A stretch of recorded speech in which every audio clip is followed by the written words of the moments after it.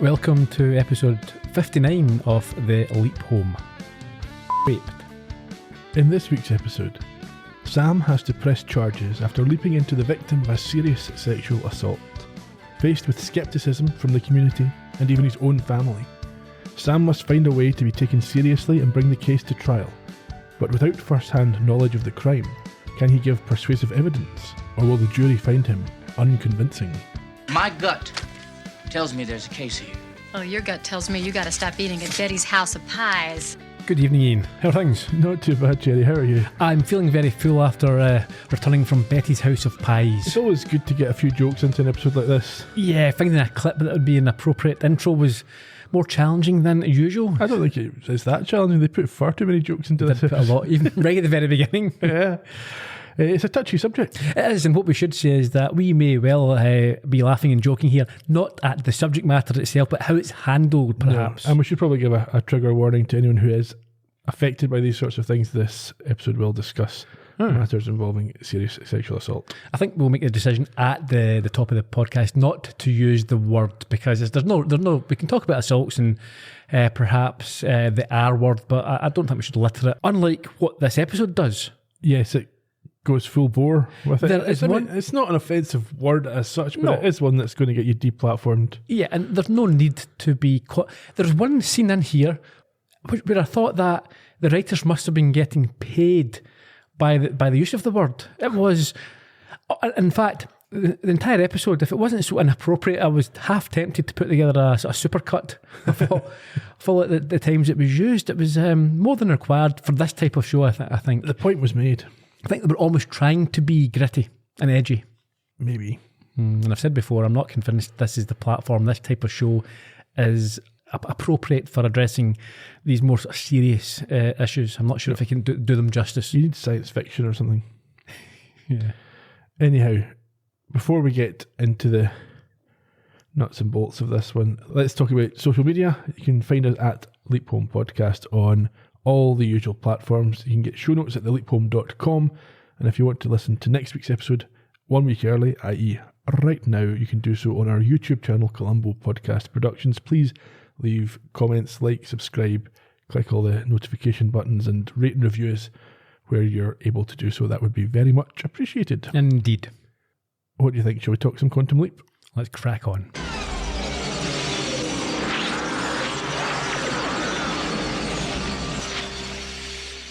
After the usual intro, we get the same sort of stinger that we saw at the end of last week's episode. Sam turns out to be a young woman called Katie, who's just being treated in hospital after having been attacked.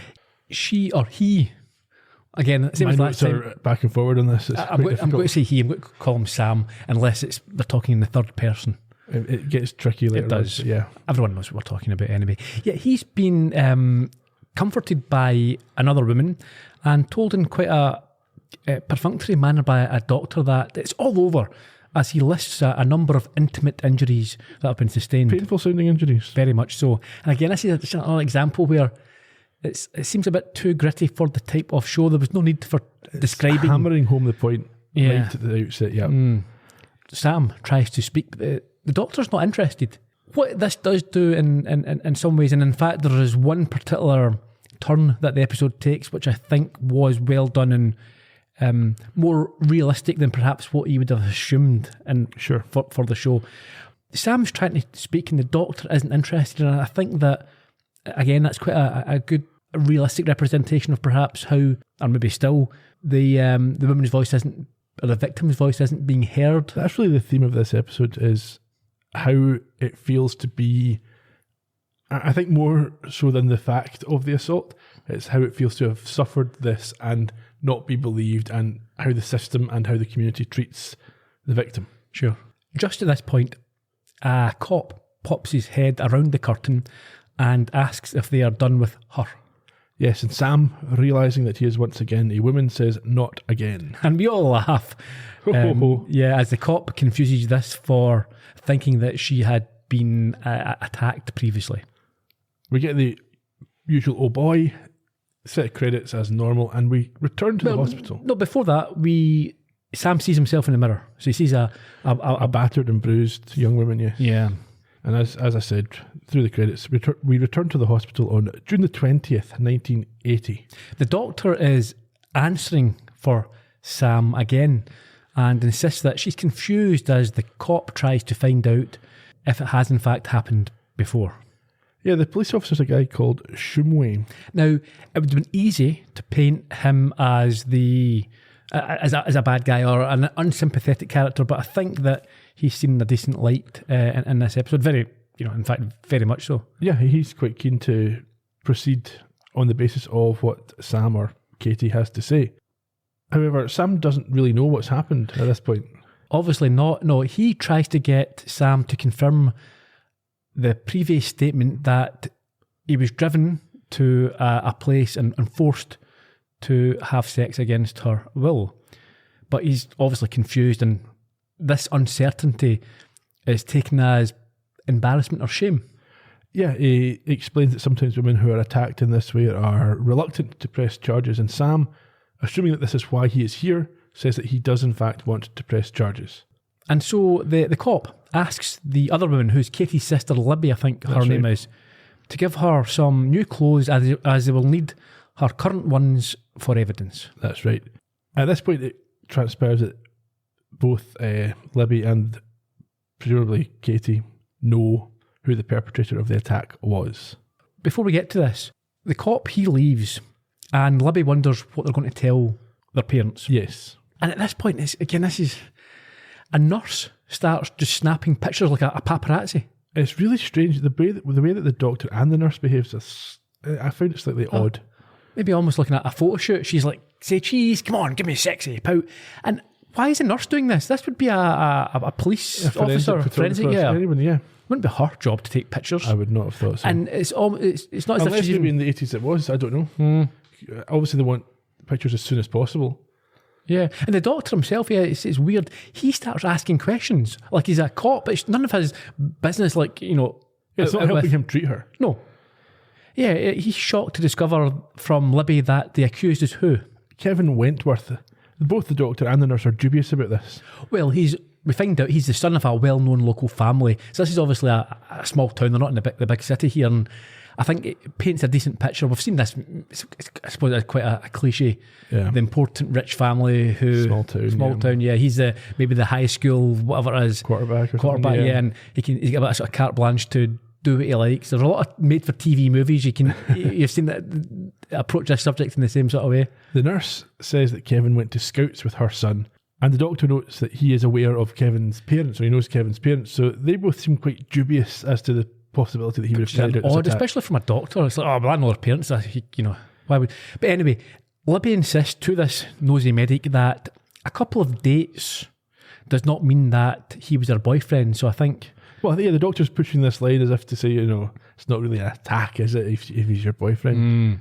He then hands Sam a prescription for some Valium, which he's not happy with. Now, I'm not an expert on these drugs and the prescription levels and the pros and the cons, but I think, we know that Valium is a sedative, takes away anxiety. I would have thought that'd be a reasonable drug to be taking after such a traumatic incident. Not for Sam, because drugs are bad. Yeah, it's just Sam being Sam, isn't it? It's nothing to do with these particular circumstances. Yeah. It's not like she's been given Valium to forget what happened. No, it's just that you might, just settle you down a little bit. And it's not, it's kind of implied that they're prescribing this because she's being hysterical and she should take these pills and in the morning she'll feel differently. She won't want to press charges against Kevin. But I don't think that's really what would happen. No, not at all. Libby is quite upset at this point. Why? Because this type of attack isn't real. It doesn't happen to her family. It only happens on television. Yeah.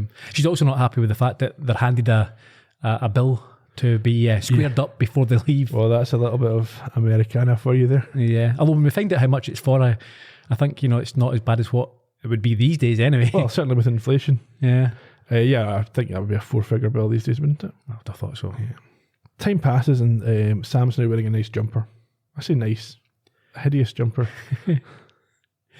And the cop returns to let him know that he will be referring the case to the DA, but wants an assurance that Sam really wants to go ahead with the prosecution. He also wants to make a joke about all the blood that you come across and how you can just keep his eyes closed and he won't notice it. It is. I mean, that's the thing. So inappropriate. Anyhow, Sam says that he badly wants to have Kevin Wentworth prosecuted and will do whatever it takes, which meets with the approval of Inspector Shumway.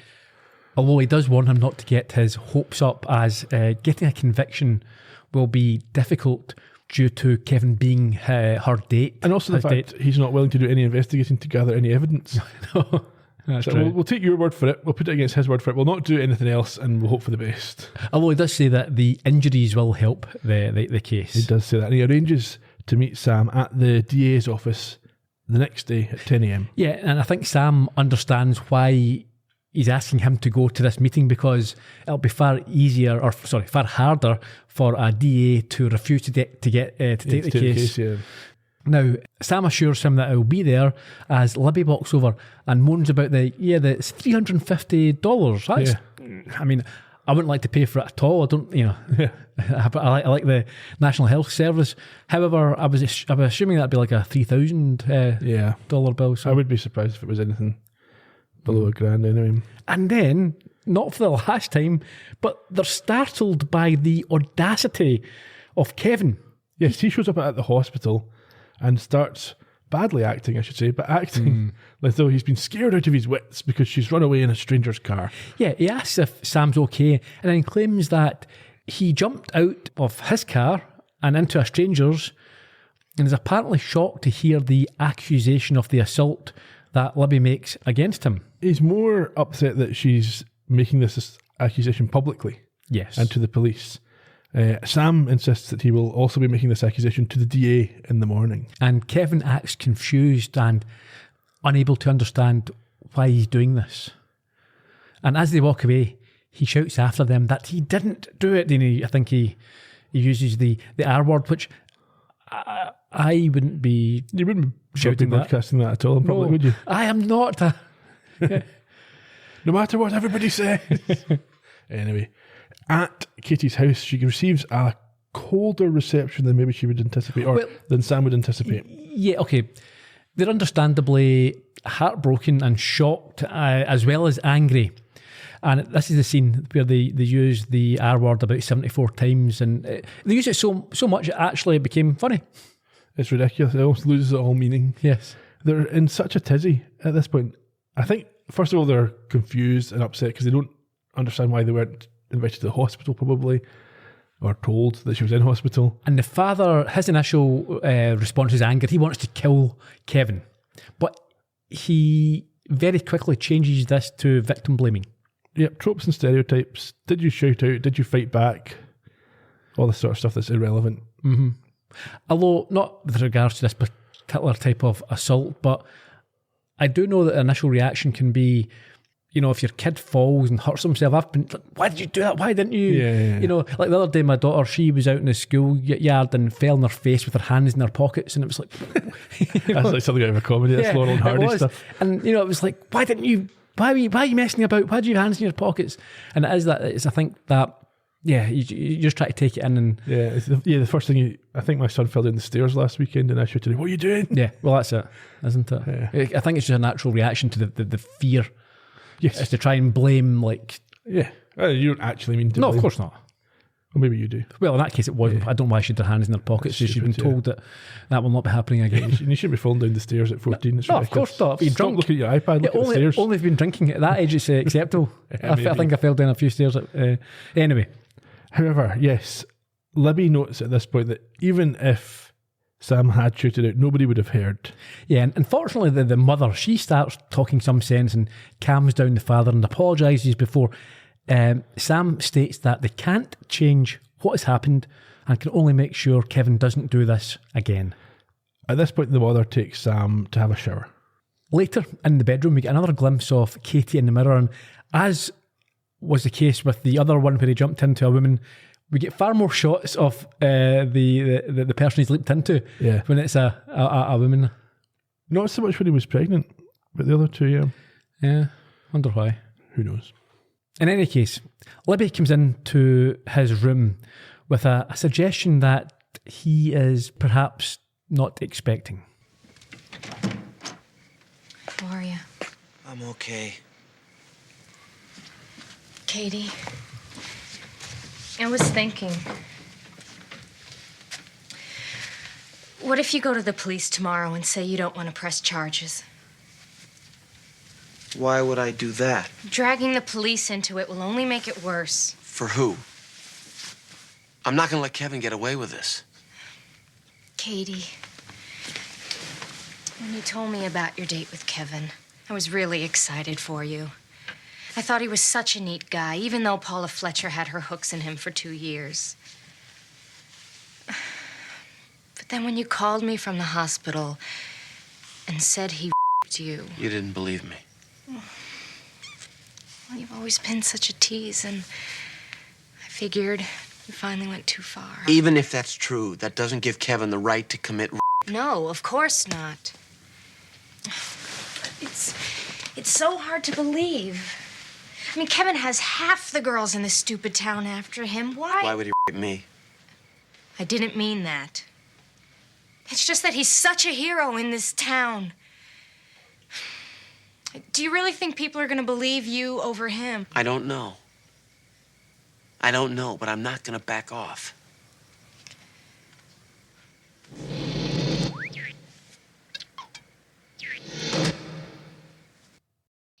Whoa.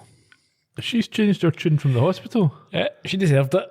She's basically saying, yeah, I was only pretending when I was defending you in the hospital. Exactly. Actually, I think you're a liar. And you deserved whatever you got. Been slutty and encouraging him. Yeah. I mean, here's the thing as well. Like, we've seen Kevin already, and we see him more. He's a hero, and all the girls want him. Have you seen Kevin? He's a creepy little, blanket, yeah. a little scumbag of he would get slapped senseless, and fortunately, maybe he does. But yeah, Libby's about the same age as Katie. I don't understand how she can possibly have this perspective. I know. Not just that, but I found as well that I forgot this was 1980. It's got a vibe of a sort of 50s or a 60s. Yeah. The clothes that she was wearing, and like her language there, she said, he's neat. I mean, that seemed really old-fashioned. Everything she said is ridiculous. Mm-hmm. He's a hero in this town. A hero for why? What a 17-year-old boy. Yeah. He's not a hero to anybody. But even then, there's no explanation as to what the heroicism is. Is he the winning quarterback, or is he... Did he save a child from a why is he a disaster? Hero? Yeah. You can't just say he's a hero because his family are rich. No, it's ridiculous. Half the girls are after him, therefore he would never assault anybody. Honestly, the state of this guy. Oh. Yeah, it makes me angry. Yeah. I don't understand. I assume this is just her, it's kind of a stage of grief, almost. She's bargaining here. She's trying to come up with some sort of explanation that isn't what she's been told has happened because it's so horrific. Perhaps, yeah. As we heard at the end of the clip, Al arrives, and after Libby leaves, Sam tells him about the assault, which now makes sense as the real Katie is in a terrible state in the waiting room. Yeah, in the fetal position, apparently. Sam gives him the background and Kevin's name, but when Al checks, he finds that he was never charged with the attack. He went on to get married and divorced and was then accused of emotional abuse by his wife. Al then reveals that his third wife charged him with abuse for singing in his sleep. He's identifying with Kevin. Yes, yeah. Women are like this, you know. This is what they do. What did he sing, and why is it relevant to us? It's relevant to, we'll maybe get this in the trivia, but he sings Volare. Okay. Which we've heard, yes, in the Mafia episode. He taught Sam to sing it. No, let's do the trivia just now. It's a direct Columbo connection, because in Troubled Waters, he's actually in the band that plays that song for the boat singer. And I think we can agree that was abuse, because it was one of the sort of earworms. It was horrendous. It played throughout the entire episode, and it's up there with I Saw the Light. Indeed. Columbo listeners will understand our concerns. So, Sam brings him back to the matter in hand and is pleased that Ziggy agrees he's there to charge Kevin, but he's not so happy to find that it will only be an 89% chance that he's going to leap when he does. And Al doesn't sound that confident when he says 89%, does he? No. I think it's an 8.9% chance that he's dressing it up a little bit. Where do we head the next day? The DA office for the appointment that was discussed in the hospital. The cop is delighted that Sam has arrived with Libby and guides him towards the DA's office, where he enters first alone to find the official. I think her name's Hudson. Nancy. Yep, she's looking suitably overworked. Yes, she can't promise much, but Shumway is insistent. We can tell they're familiar with each other. There's a little insult we heard at the top of the podcast. She accepts the file, but doesn't pay it any attention, and so the cop has to implement his strategy and introduces Sam. Even with Sam there, though, the DA says that cases like this are hard to prove. Yeah, I think she's initially quite intrigued or thinks there's something there, but when she hears that Sam was on a date, she now understands how difficult it's going to be to get a conviction. Shumway, however, thinks this is a great moment for another joke. What's that? He's going to bet his brand new fishing rod that they can get a conviction. Yeah. Well, I think she references a previous case that they had that they didn't get the desired outcome. These types of cases are always hilarious. She asks, joining in on the joke, what he'll do if they lose the case, and he says he'll just have to borrow his fishing rods from her every weekend. It's inappropriate when Sam is standing right there. Yeah. I mean, it'd be fair if it's just the two of them and it's work. You know, It's not a personal situation. But when the victim of the assault is in the room, it's deeply inappropriate. Of course. Hudson is still not convinced, but agrees to review the file over lunch and asks them to come back afterwards, or asks Sam to come back alone afterwards for a chat. Yeah. We follow Sam to lunch at a restaurant. This is really, really uncomfortable. A small town. It's the fact that they've got the parents lying in wait. It's almost like it's being sprung on them. Yeah, Sam and Libby enter, and as you say, their parents are at a table at the back of the restaurant, and the place, it falls into silence and stares. It's like American Werewolf in London. They're doing this so that Sam can't make a scene. Yes. And the reason for the atmosphere becomes clear when the local newspaper is produced, which talks of the assault and does a bit of character assassination. This is unbelievable. Surely you can't get away with this anymore. I think they do, and they can. I mean, they look at the tabloids in this country. Local woman cries rape, who was in trouble a lot as a youth. All this sort of stuff, all about how she's probably lying. I think would like to think it can't, it doesn't happen, but the Daily Mail and newspapers like that would have a field day with these type of things. So we now get a change in the attitude of, I think, all three of the family members. So Libby is now outraged at this, having been sceptical previously. But the father and mother, having been supportive before, are now humiliated because their social status is under attack. Let's give them the benefit of the doubt. I think also they appreciate that. Well, he says that she'll be humiliated and they will really sort of try and go for her personally. So there will be a level of There's an element of protecting Katie, Sam, but I think there's also an element of protecting themselves. Well, a big element of protecting themselves. And we'll hear more about that later on. Mm-hmm. So this time the mother is not able to get him to change his mind, and he gets up to go to the restroom, where outside he's approached by a couple of Kevin's scumbag pals. Yeah. What do? They tell Sam that this is all made up because of how upset Katie was that Kevin is engaged to Paula now. Yeah, he really loves Paula, and Sam shouldn't be doing this as a way of trying to get back at him for this. We find out about Kevin's story according to them. Yeah, he's saying that he didn't do it, essentially. Well, he's saying that after they had sex, Katie became angry when he told her about the engagement. Yes. This is a weird time to tell you that you're engaged. Yeah, it's terrible timing, even if true. Thanks for that. Oh, by the way. Just so you know. Obviously, Kevin's been working on his story. Yeah. Now, do you think that these friends believe this, or they know the truth and they're just sticking up for their scumbag pal? I think it doesn't really matter. I think in this case they do believe Kevin's story, but I think if they didn't believe it, they would still behave like this. Yeah. Sam assures them that he didn't make it up, and he doesn't like one of them putting their hand on him as he tries to enter the restroom, but this is Sam getting a little bit of taste of his own medicine. That's how he treats women all the time when he wants their attention. Yeah. They tell me he's wrong and that Kevin definitely didn't assault her, and everybody knows it. So, I mean, that's him explaining to Sam what went down. Here's how things are. In the ladies' room, Al is waiting, possibly coincidentally. Yeah, and this is... he has an alternative scenario. What? Ziggy says there's a 47% chance that the occurred after she left Kevin. What does Katie say? She says Kevin her. Well, I think that Katie is telling the truth, don't you? Okay, let me play devil's advocate, okay? Katie and Kevin go out to dinner. They go to a restaurant. They have a couple of glasses of wine. And then they go for a drive. They go up to Fort Cronkite. And they get into a little romantic discussion. The discussion turns to kissing, then pretty soon the kissing gets passionate, and then the passion gets into na-na-na-da-da-da, you know? Yeah. Okay, so when they're done, then just say, for some reason, they get into an argument. About what? I don't know, say, another woman. There's always another woman. Katie gets angry. She gets out of the car and hitches a ride home. And gets picked up by strangers.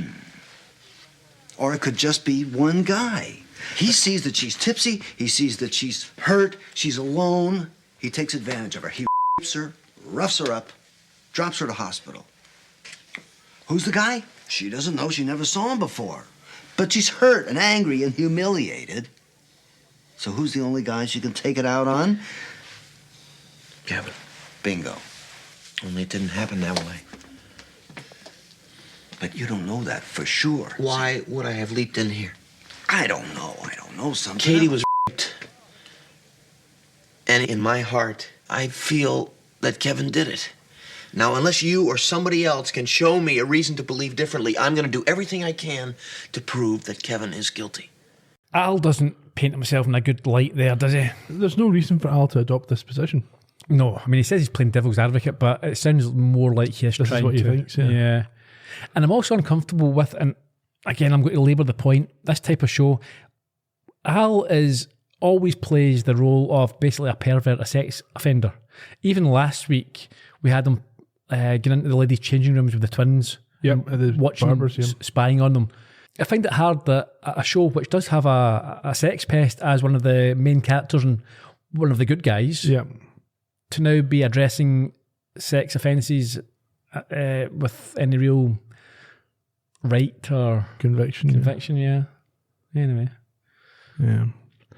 Back at Nancy's office, the DA. Yeah, Sam returns and we find Hudson is challenging him by suggesting that maybe the sex turned rough as a way of explaining his injuries.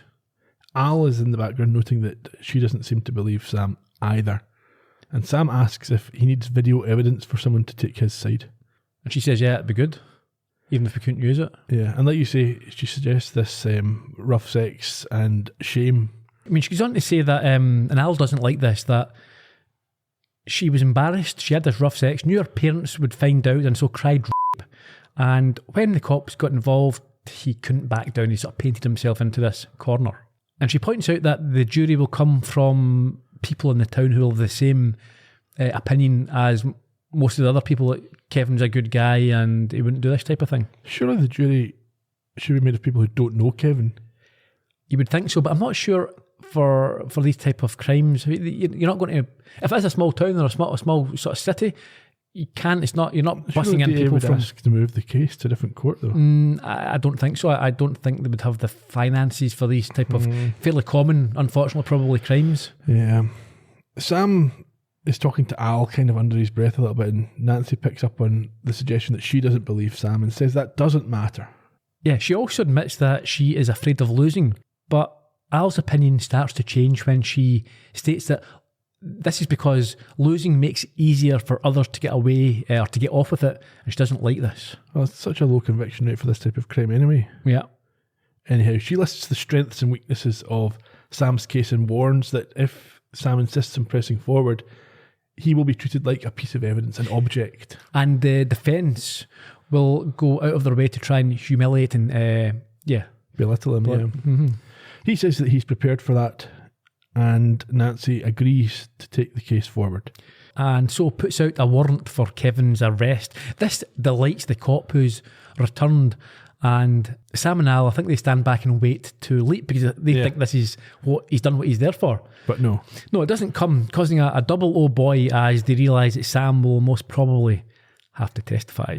Indeed. Back at home, Katie's mother and father are waiting for Sam. They're waiting anxiously for his return, and he delivers the news, which doesn't particularly enthrall them. Yes, he says that he knows it will be difficult, but at that point the phone rings and he's urged by both parents not to pick it up. Yeah, and it's obviously an unpleasant call which he puts down. The father then lets him know that he's no longer welcome to teach Sunday school. So every cloud, I suppose. Yeah. That's your Sunday mornings freed up.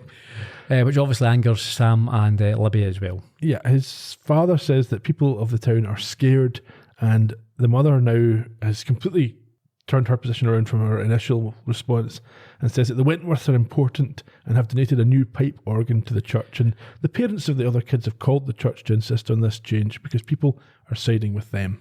Yeah, and also I think she says that she wishes that Katie had now not went to the police. Yes, so she and Libby then go off to fix dinner while the father hugs Sam and asks him not to be too harsh. Yeah, the sort of roles, the parents' views have changed. Yes. So he says that just to remember that your mother was only a McBain by marriage and doesn't have the Irish sort of grit that they have. Racist. Yeah. He seems almost proud of her at this point, or of Sam, pressing on and says that he's going to make it. Sam is left alone and Al appears with news that Kevin had a big fight with Paula Fletcher the night of the attack. How did Siggy know that? Yeah, that wouldn't be documented. Was that not in the court documents? Unless Paula's the wife that had the emotional abuse, because there wasn't a court case before. No, you're right. Or was there maybe a... No, he was never convicted, doesn't he say? He said, there's no conviction, but I think there was no charge brought. Anyway, it doesn't matter. They do know. Sam explains that Paula was Kevin's fiancée and he thinks that maybe he was angry at her and that was why he attacked Katie. Perhaps. Ziggy says there's now a 90% chance that Sam will have to testify. However, there's the issue of Sam not knowing what happened. But he's got an idea. Al can try and find out what happened by talking to Katie. However, Al points out that she's catatonic. Yeah, there's a double trauma. She's had the attack and now she's this leaping thing. She's obviously no idea what's going on. Yeah, the trial starts tomorrow. This is ridiculous. Mm-hmm. Trial starts tomorrow. Well, I've 2 days after this? I've got a note on that, yes. The American justice seems to work very, very swiftly. Of course not. That should be months, perhaps even a year down the line, certainly in this country. No apparent rules as well when we get into it. It's hilariously bad, the court scene. We'll get there shortly. Yeah. Al notes at this point that in the original history, Katie started to see a psychiatrist a couple of months after the attack. So he's going to go and try and access those files and see if there's some kind of description of the event that will help Sam give evidence. Sam himself is now sitting in the garden when, incredibly, the Norman Bates style Kevin appears and tries to casually speak to him about old times. Yeah, and present an expensive gift. Which he insists is not a bribe, but an apology for getting a little out of control, but definitely not attacking her. No. He says that they've charged him and treated him like a criminal. Yeah. And they've subpoenaed Paula. And Sam explains why. It's because he's a criminal. Yes, and deserves to be charged. Yeah, he's trying to make out he's now the victim. Yes, and this is the last that we get before the trial starts. As you said, justice hits fast forward at this point. Okay, but Sam, this is the thing. I was shouting, Sam, shut up. He tells... So Kevin mentions that Paula has been subpoenaed. Yes.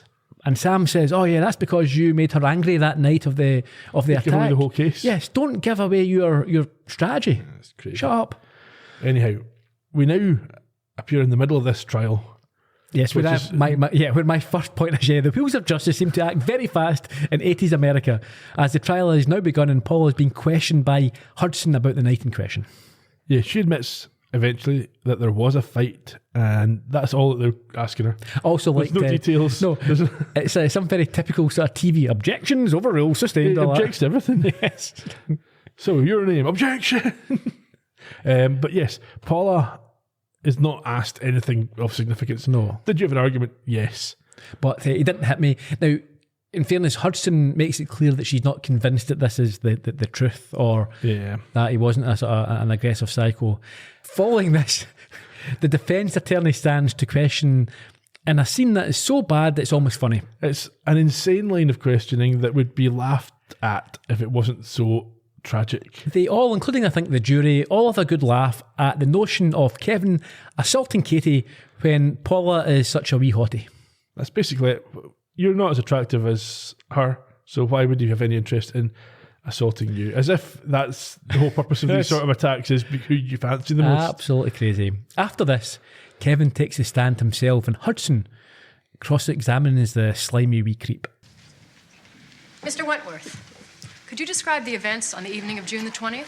Well, Paula and I had this argument early in the evening. A violent argument? No. There's this guy that she used to see that's been calling her. I just wanted her to stop talking to him. So you were jealous? I guess so. That's why I called Katie and asked her out to dinner. To make Paula jealous? Pretty stupid, huh? If it is, Your Honor, every man in this courtroom's been guilty of it. Your Honor, I would like the learned counsel for the defense to address his remarks to the court and not the audience. You're warned, Mr. Chadwick. So noted, Your Honor. What happened next, Mr. Wentworth? Katie and I had a lot of fun at dinner, so I asked her if she wanted to go for a drive. She said okay, and we went to Fort Cronkite. I parked the car and turned on the radio. I remember Lady by Lionel Richie was playing, and we started making out. It got pretty serious, and I could tell she was getting really heated up. And then things got a little out of hand. Out of hand? Yeah, I'm only human, so I did it. I mean, we did it. Then afterwards, she said she didn't want me seeing anybody else. I felt bad because I was almost engaged to Paula.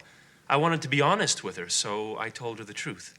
That it was serious between me and Paula and that I couldn't see her, Katie, again. So you didn't want to see her again, and yet you had sex with her? Like I said, I'm only human. Well, that depends on your definition of human. Objection. Sustained. So what happened next, after you did what was only human? Katie got really mad and ran from the car and tripped. That's when she hurt herself. She hurt herself in a fall? That's right.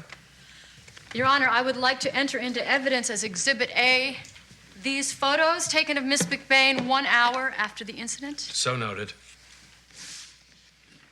We have discussed this before, but these are adults who are going to be married, but yet they still act like 14-year-olds. Why are they going parking up at some lover's lane to do whatever they're doing? Get a hotel room or go to your own room in your house. Whatever. It's the 1980s. It's not like Andy Griffith's show here in the 1950s or Happy Days. There's a distinct lack of interrogation of the event as well. It's like you were angry with your fiancé, so you hooked up with this other girl, took her up to this parking spot for what reason? It's as if they're just kids. I'm going to make her jealous, I'm jealous. It's just a nonsense. Absolutely ridiculous. And also, he sounds like the kind of guy that would do a sexual assault. Oh, he looks and acts and everything speaks, he says here. Everything, yeah. I think he's not doing himself any favours. I would not be putting him on the stand if I was the defence. No. And why are the defence leading witnesses before the prosecution? Who knows? He's a weirdo. Why are they referring to the people in the court as the audience? The audience, yeah. The crowd.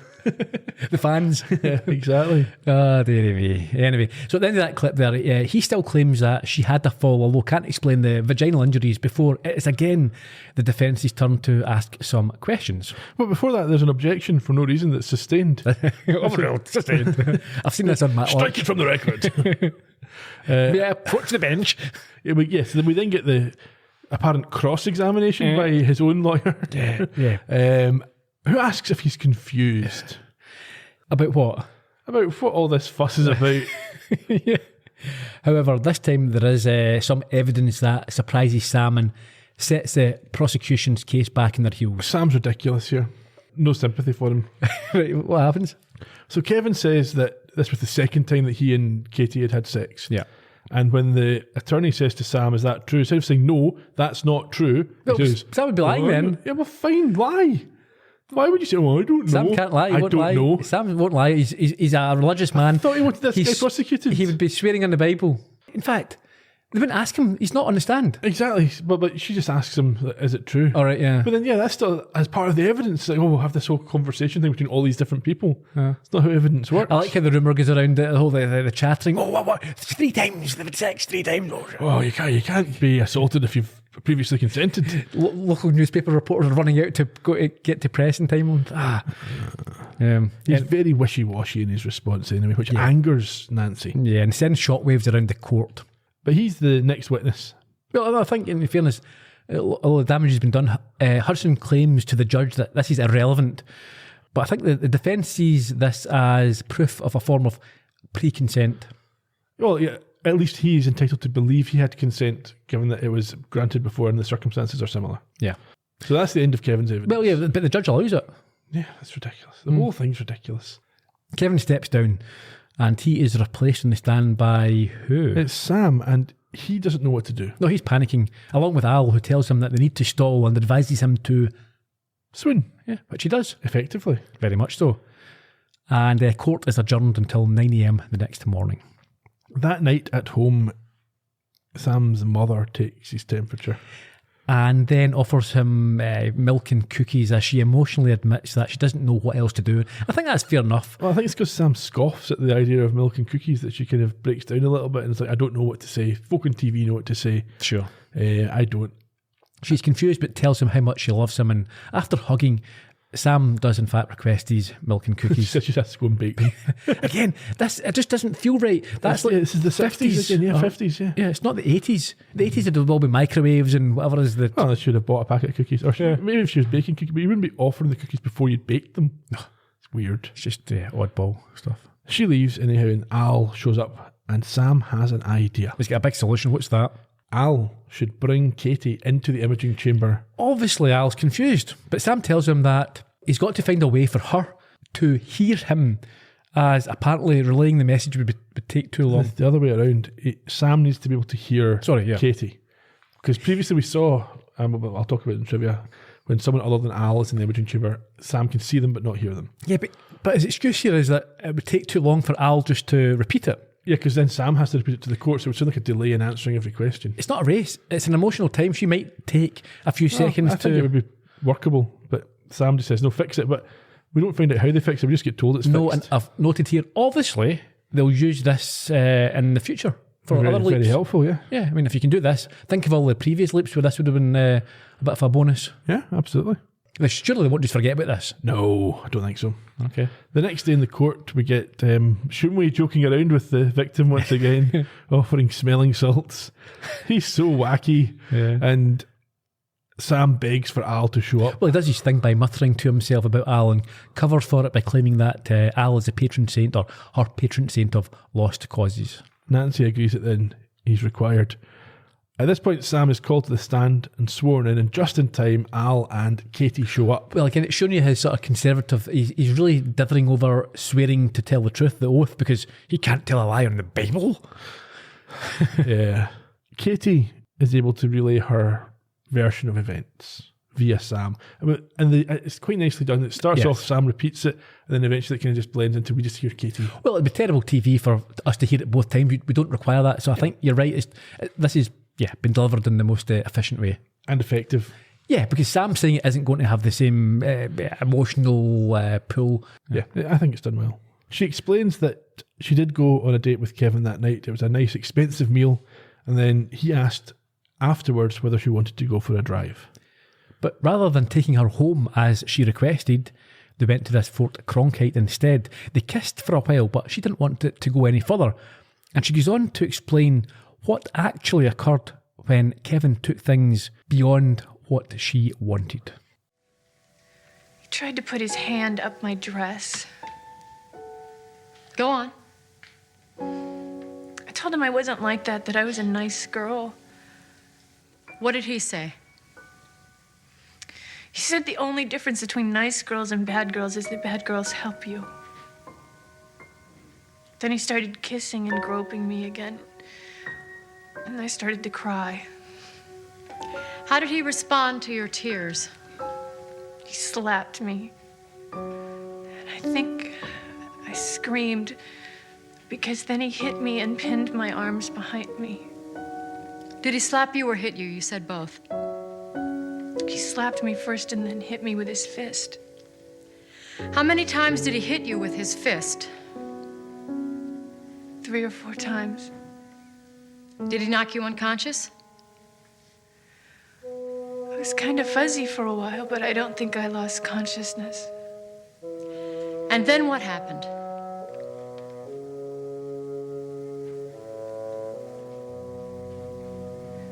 Then he raped me. Did you resist him? Not after he hit me. Why not?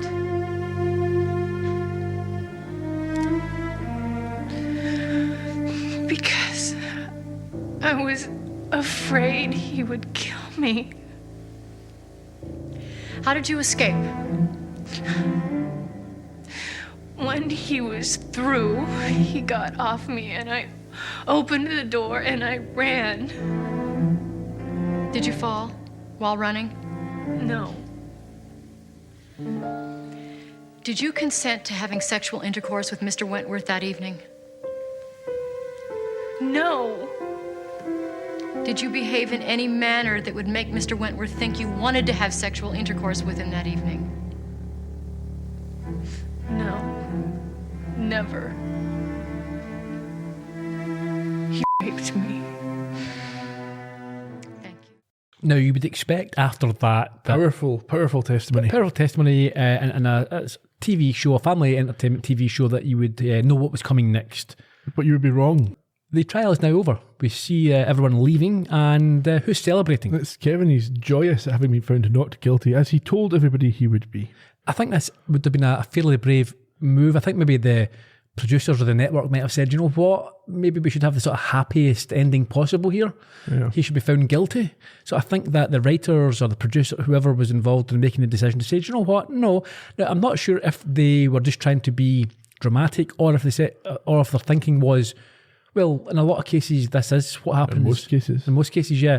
Whether we're trying to make that point, we'll give them the benefit of the doubt and say, yeah, they were trying to be as true to real life as possible. Despite the completely unrealistic trial. Well, yeah. And yes, Nancy tells an angry Libby that nobody can be tried twice, at which point Mrs. McBain, the mother, suggests they just leave. Yeah, but Sam's adamant that he's not running away, as he's done nothing wrong or nothing to be ashamed of, and he doesn't like the suggestion of putting things behind him. I did not like this bit. Okay, why? So Sam asks how he's meant to put it behind him, and Nancy says she did it by becoming an attorney. Oh, I was also attacked in this way. It's a little bit much. Yeah. I understand that statistically it might well be likely, but it just seems an odd way for it to come out. Yeah, just sort of throwing that in there at the last second to... I think that according to Ziggy, it was 12 years ago she was attacked. And then her argument that she now only takes on cases she thinks she can win because when she loses it feels like she has to go through it all over again. That's letting people down. Yeah, I've thought that she'd be more likely to go after everything just to... Yes. Yeah, but still got a career to think about. Yeah. Sam thanks her for trying anyway, and at this point Shumway apologises for pushing the matter, and Sam says that he did the right thing, and since he's still here it can't be over. Well, I think it's that double meaning, I think. Yeah, still standing, yes, but also not leaped. Exactly. We return to the garden swing this was the McBain's house, Yeah, this is a strange scene. A confused and disappointed Sam is on this garden chair with Al, who has no explanation as to the lack of leap. And Sam wonders, this didn't make sense, he wonders why he's still there if he was meant to convict Kevin. But he didn't convict Kevin. Yeah, no, has the leap failed? This could be it. Every leap is always a success. Al always says if you don't do what you're meant to do, you'll be stuck here. So why would Sam not just think that he's failed and... He's stuck here. Yeah. Yeah, but he doesn't think that because he doesn't want to think that. Al lets him know that in the original history, Katie left town and never returned, even when her father died.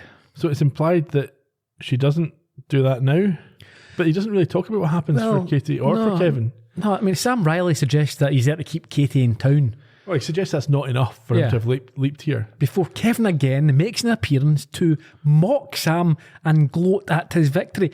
Okay, before we get to what happens next, this is, why would you turn up in the because he thinks he's untouchable and the rules don't apply to him. Okay, but maybe, but we'll go a little bit further. And even in a story such as this, things take a very dark and sinister and dramatic... Darker and more sinister turn, when Kevin punches Sam full force in the face, knocking him backwards and through the fence onto the ground before he starts to undo his belt and threaten her with another and even worse assault. This is... Whoa. Sam's in Katie's own garden with the neighbours in full view. So yeah, maybe you can't get charged with the same attack, but you can certainly get charged with a new one. He just thinks that nobody will believe. No, but he's getting witness. It's in a street. It's insane. I don't think this is particularly good. You could have set it somewhere else, perhaps.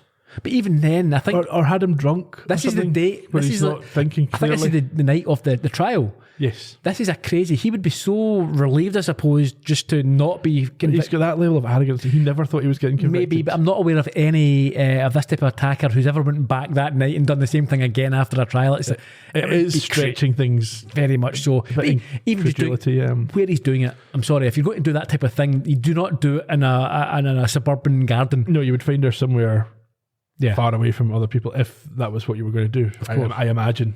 Stop imagining it. Yeah. Anyway, Sam starts to fight back. Well, yeah, and indeed he kicks him in the nuts, gets up and confidently proclaims to know why he is there to deliver an almighty beating. And he does do that. It's more severe than you would normally see a sort of TV punch. This is quite a doing, but still not the justice you wouldn't feel. You'd probably want to stomp on him a few times and things like that. Yeah. At this point, the McBains, the parents, run out and ask what's been happening. And I thought this was very chancy and not bad behaviour, obviously, it's justified, but risky behaviour. Kevin, who's now, in the eyes of the law, innocent, he could turn around and say, I went there to make peace, to say, listen, and he's attacked me. He could, Sam, Katie, in the eyes of the law, should now be done with assault. Except she's also bleeding from the first punch that Kevin threw. But he could turn around and say that was self-defence. She attacked me first, because the witnesses are him lying unconscious. I think what's going to happen is that the father's going to have to say he saw Kevin throw the first punch. But now it just makes it look like Katie's just unhinged and... Yeah, but it might not have seen that. I don't know. It wasn't trousers went round the ankles. No. I think it's a very, very risky thing for Sam to do. Bear in mind, he's leaping. Yeah. Katie's got to face the consequences. I also don't think it's a very satisfactory conclusion. But anyway, we'll come to that in a moment. Okay. The mother goes off to call the police while the father asks if Sam did this himself. And he says not to be surprised because he is, after all, a McBain. And at this point, he leaps into what appears to be an astronaut. At liftoff. And there's a countdown. And for some reason, he panics. No, you would if you're getting fired into space. It's quite a scary thing. Yeah, he doesn't. He starts freaking out and trying to make them stop as if I don't know. Al wouldn't help him sort it all out. Anyway, that's for next week. Yeah. Okay. The ending. Do you think that, for a start, even if that was a satisfactory ending, which I don't think most women who've been attacked in that way would feel that was... a couple of punches. It's not evening things out in any way or making you feel better long term. It wasn't Katie that got to do it. Yeah. Sam did it for her. Yeah. So she doesn't even get that catharsis. Precisely. So what was the purpose of it? Kevin gets a bit of a beating and feels bad. Yeah, but... he's not going to be stopping attacking people in the future because of that. No, in fact, as we know, he gets... if a woman upsets him, it makes him more angry. Yeah. So he now might feel belittled and his masculinity questioned here because he get beat up by a woman. So he might take that out on Paula or someone else. He could do. Or whoever else he comes across in the future. Yeah. The point of the leaps was unsatisfactory. The whole... yes. It was... yeah. Even... we're led to believe that keeping Katie with her family and her father and in the town was the purpose of it, really, and giving him a bit of a doing. But normally these things are sort of tidied up by saying something along the lines of Katie went on to create the first... a women's refuge or something. Some sort of assault centre for abused women and, lived happily ever after. But no, we didn't have any of that. Yeah. Or you would have had a line where in the original history she maybe killed herself or something, and now she doesn't, and she lives because Sam helped her go through with this. Yeah. But we don't get anything. Al doesn't say anything about what happens to any of these guys in the future. No. So, but again, you could, I suppose, argue that it's reflecting real life. Yeah, well, I think that's the point. I think it's meant to be like these things don't end satisfactorily. Yeah. But then... it's not consistent with the show, where it always does. That's it, yeah. What do you mean? What do you think? Did you enjoy the episode? I thought it was quite a good episode. I was really upset by all the legal shenanigans. Yeah. It just... but it takes you out of it. Yeah, but in fairness, most of these sort of TV shows, even, like Matlock, which is a legal show itself, it's not meant to be... I just thought the balance wasn't really there. I know you're trying to get a victim's perspective, but I felt like there was huge chunks of it missing. The fact that everything was rushed through, and I generally found it quite unsatisfactory. Yeah. Although, we should say again, kudos to not trying to sugarcoat what can happen. Yeah. We saw the violence. We saw it in detail, which I say not necessarily appropriate, but they did address it, and they didn't have the fairy tale or the Hollywood ending there, where everyone gets their comeuppance. Yeah, that's true. It could have been worse. Oh, most certainly. Yeah, I was a bit worried about how it would be handled, and I think there was too many jokes, but it wasn't as bad as it's been in other occasions. No, and the jokes weren't about what happened. It was just inappropriate, light-hearted moments. Yeah. Any other thoughts? No. Okay, trivia. Sure. So this originally aired on the 30th of October 91, so that means that it's after a week's break. It was directed by Michael Zinberg, the 8th of his 9. We talked about him on the podcast for Good Morning Peoria. It was written by Beverly Bridges, who also wrote last week's episode. It was the 4th of her 5, and if you want to hear more about her, check out the podcast about the great Spontini. Kevin was played by Matthew Sheehan. This was his only Quantum Leap, and really his only work. He did one episode of Sequest DSV, but his screen career didn't go anywhere beyond that. Nancy Hudson, the attorney, the DA, she was played by Penny Pazer, PP. Her only Quantum Leap. She's also appeared in things like Knight Rider, The A-Team, Criminal Minds. She's still active at 73. Katie's mother, Colleen McBain. Now, she reminded me of Jane Curtin, and I can't remember her name, but the actress who played the mother in The Great Outdoors. Okay, so she was played by Nancy Lenihan. She's also been in things like Catch Me If You Can, Veep, Seinfeld. So this was her only Quantum Leap. She's now 70 and still active, which means she was only early 40s. Or 40, maybe, when this was done. This one's interesting. Jim McBain, the father, played by Arthur Rosenberg. This was his only Quantum Leap. He was also in things like Footloose, Cujo, The X-Files. But his last screen credit was in 2004, because he left the entertainment industry after a spiritual awakening to concentrate on his Jewish studies. He's now a rabbi in California, and his website is rabbiarthur.com. Okay, we'll check that out. Libby was played by Amy Ryan. This was her only Quantum Leap, but she's also in a lot of things, including recent things like Birdman, The Wire. She was in ER. She's now 55, still acting. Katie, who we saw a lot more than most Leapies, was played by Cheryl Pollack. Again, her only Quantum Leap. She was also in things like Melrose Place, JAG or JAG, 21 Jump Street, the series. She's now 56. So I don't know if that means that Katie was a year older than Libby, or if it's not really clear in the episode.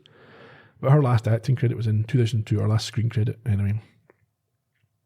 Judge Bowers was played by Aaron Lustig, his only Quantum Leap. He's also in Edward Scissorhands, Ghostbusters 2, The Day After Tomorrow, and both Star Trek's Enterprise and Voyager. He's now 67, and his last screen credit was before the pandemic in 2019. Officer Shumway, played by Eugene Lee, his only Quantum Leap episode. He's also in Homeland, Frasier, Without a Trace, and his last screen credit was in 2020. Paula Fletcher, the girlfriend or the fiancée who gave evidence, she was played by Liz Vassy. This is the first of 2 Quantum Leaps for her. She's also in 2.5 Men, Star Trek The Next Generation, and ER, still active at the age of 51. Glenn, who is one of the 2 men who are the friends of Kevin who accosted Sam at the toilets. I wouldn't normally mention such a small part. Played by Eric Bruscotter. And the reason I mention it is because this is the first of 3 Quantum Leaps for Eric. He's also been in things like Starship Troopers, Crimson Tide, 24. He's now 57, and his last screen credit was in 2013. Finally, the defence attorney Brian Chadwick was played by John Petlock. This was his only Quantum Leap. He's also been in things like T.J. Hooker, Dallas, Murder, She Wrote, and 1 episode of Columbo. Didn't recognise him. He played Plainclothes Man number 2 in Murder in Malibu. An episode I've watched about 3 times. He died in November 2020 when he was 86. Okay. In terms of trivia, we've already talked about the Volare connection with Columbo and previous Quantum Leap. I've noted that a lot of the legal process seems rushed and or confused. We've talked briefly about this is the first time that Sam sees and hears someone else in the imaging chamber. Dr. Beeks, obviously, you'll remember, was seen during Shock Theatre, but we couldn't hear her. In terms of things we learned, Al's third wife, Ruthie, divorced him for singing Volare in his sleep. Anything else? No, I don't know if she divorced him for that. She charged him with abuse. I assume they got divorced. Sure. Any other learnings? No. What about June the 20th, 1980? Okay, so Roberto Duran defeated Sugar Ray Leonard for the WBC welterweight title. And Blues Brothers opened in the cinemas. Along with The Blue Lagoon on the same day. Oh, there you go. Which starred, I believe, a future Quantum Leap Guest star. Well, Brooke Shields. There you go. Number ones in the US, it was Funky Town by Lips Inc. Whilst in the UK, it was Crying by Don McLean. Well, both very familiar songs to even today's audiences. Next week we have The Wrong Stuff, where Sam has to adjust to a very unique set of circumstances. Very unique. Very unique. So we will see you in 1961. Until then, cheerio. Bye bye.